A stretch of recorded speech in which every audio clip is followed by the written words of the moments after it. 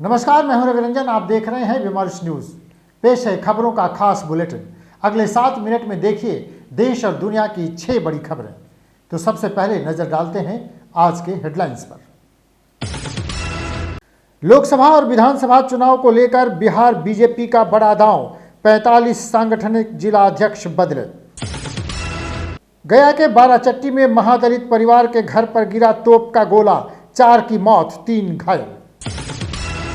IB की report के बाद राष्ट्रीय लोक जनता दल के राष्ट्रीय अध्यक्ष उपेंद्र कुशवाहा को मिली Y+ श्रेणी की सुरक्षा। नागालैंड में नीतीश को बिना बताए जेडीयू विधायक ने कर दिया बड़ा खेल, अपनी ही पार्टी पर जमकर बरसे ललन सिंह। जेडीयू ने नागालैंड स्टेट कमेटी को किया भंग। जाने माने फिल्म अभिनेता और डायरेक्टर सतीश कौशिक का बुधवार की देर रात निधन। 66 साल के थे सतीश कौशिक। दिल का दौरा पड़ने से हुआ निधन। नेपाल में आज राष्ट्रपति का चुनाव, ओली और नेपाली कांग्रेस के उम्मीदवारों के बीच कड़ा मुकाबला। शाम 7 बजे तक घोषित होंगे नतीजे। और अब खबरें विस्तार से।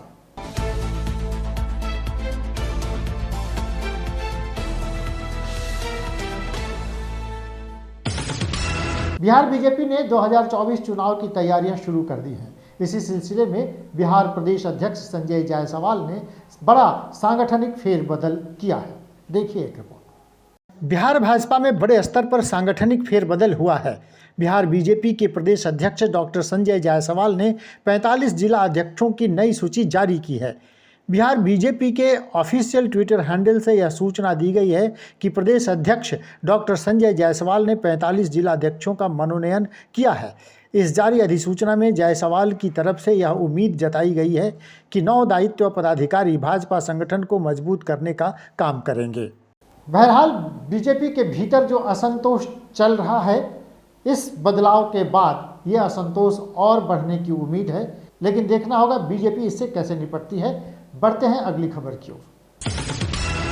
गया के बाराचट्टी में फायरिंग रेंज में गड़बड़ी के कारण सेना का एक तोप का गोला महादलित परिवार के घर पर जाकर गिरा, जहां घटनास्थल पर ही परिवार के 4 सदस्यों की मौत हो गई। जब पूरा देश होली के रंग में सराबोर हो रहा था, तब गया के बाराचट्टी में निर्दोष और किसी घटना से अनजान महादलित परिवार के लोगों का खून बह गया। खबर है कि गया जिले के बाराचट्टी थाना क्षेत्र के बुमेर पंचायत के गुलरवेद में बुधवार की सुबह मिलिट्री के जवानों के अभ्यास के दौरान छोड़े जा रहे तोप के गोले की चपेट में गांव के कई लोग आ गए, जिसके कारण घटनास्थल पर ही एक महिला समेत 3 व्यक्तियों की मौत हो गई, जबकि 2 महिला और 1 पुरुष गंभीर रूप से घायल है। घायलों को बेहतर इलाज के लिए गया के अनुग्रह नारायण मगध मेडिकल कॉलेज सह अस्पताल में भर्ती कराया गया है। गया के इस फायरिंग रेंज को हटाने की मांग स्थानीय लोग लगातार करते रहे हैं, लेकिन इस मसले पर सरकार की नींद अभी तक नहीं खुली है। बढ़ते हैं अगली खबर की ओर। बिहार के सियासी गलियारे में चर्चा जोरों पर है कि बीजेपी ने सियासी बिसात बिछानी शुरू कर दी है। चिराग पासवान और मुकेश सहनी के बाद अब उपेंद्र कुशवाहा को Y श्रेणी प्लस की सुरक्षा दी गई है। इसके राजनीतिक मायने लगाए जा रहे हैं। देखिए एक रिपोर्ट। पिछले दिनों जदयू से अलग होकर अपनी नई पार्टी बनाने वाले उपेंद्र कुशवाहा को अब केंद्र सरकार की तरफ से Y+ श्रेणी की सुरक्षा उपलब्ध कराई गई है। यह सुरक्षा उन्हें केंद्र सरकार की तरफ से दी गई है। पिछले दिनों आईबी की तरफ से यह अनुमान लगाया गया था कि उपेंद्र कुशवाहा पर हमले किए जा सकते हैं, जिसके बाद अब केंद्र सरकार की तरफ से उन्हें Y+ सिक्योरिटी दी गई है। चलिए, जेडीयू अध्यक्ष ललन सिंह ने कहा है कि ये केवल दिखावा है, इससे कुछ होने वाला नहीं है। बढ़ते हैं अगली खबर की ओर। विमर्श न्यूज पर यह खबर पहले ही दिखाया जा चुका है कि नागालैंड की सरकार में जेडीयू के विधायक शामिल हो गए हैं। ये उसी सरकार में जिसमें बीजेपी भी शामिल है। अब यह खबर आ रही है कि उस विधायक ने पार्टी से विद्रोह कर दिया है और पार्टी के विचारों से अलग हटकर सरकार में शामिल होना स्वीकार किया है। नागालैंड में जेडीयू के एकमात्र विधायक द्वारा बीजेपी को समर्थन देने के बाद पार्टी नेतृत्व ने नागालैंड जेडीयू की प्रदेश इकाई को भंग कर दिया है। पूरे मामले को लेकर पार्टी के राष्ट्रीय अध्यक्ष ललन सिंह अपनी ही पार्टी के विधायक और प्रदेश अध्यक्ष पर जमकर बरसे। ललन सिंह ने कहा कि इस तरह की अनुशासनहीनता किसी भी कीमत पर बर्दाश्त नहीं की जाएगी। चलिए, जदयू विधायक के सरकार में शामिल हो जाने के बाद नागालैंड में विपक्ष पूरी तरह से खत्म हो गया है। बढ़िए अगली खबर की ओर। जाने माने फिल्म अभिनेता डायरेक्टर सतीश कौशिक अब हमारे बीच नहीं रहे। कल देर रात हार्ट अटैक से उनका निधन दिल्ली में हो गया। जाने माने फिल्म अभिनेता डायरेक्टर सतीश कौशिक का बुधवार की देर रात निधन हो गया। बताया गया कि उनका निधन हार्ट अटैक से हुआ है। वे दिल्ली में एक फैमिली फंक्शन में शामिल होने आए थे। सतीश कौशिक अभिनेता, कॉमेडियन, स्क्रिप्ट राइटर, निर्देशक और निर्माता थे।